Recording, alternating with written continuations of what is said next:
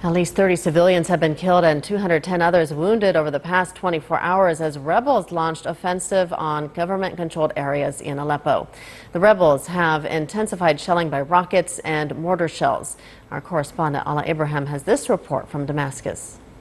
The battle for the city of Aleppo rages on as rebels launch one of the largest offensives of the Syrian war, trying to break a government siege on the rebel-held parts of the city or cut off the main supply road that the government forces uses into the country's largest city.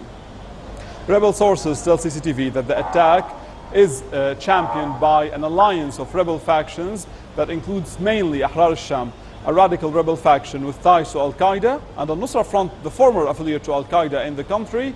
They are spearheading this attack that includes over 5,000 militants.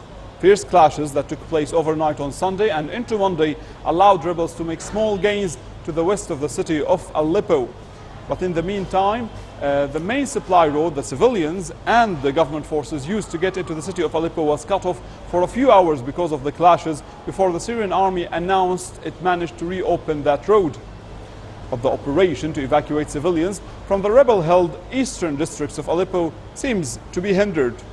Government sources are accusing rebels of not allowing and preventing civilians from leaving these areas and wanting to use these civilians as human shields, while the rebels are refusing these claims and saying that people do not want to leave in fear of government prosecution.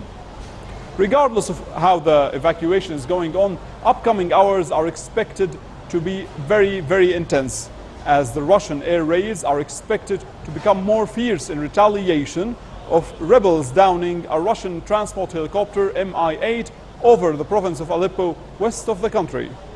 Ala Ibrahim, CCTV, Damascus.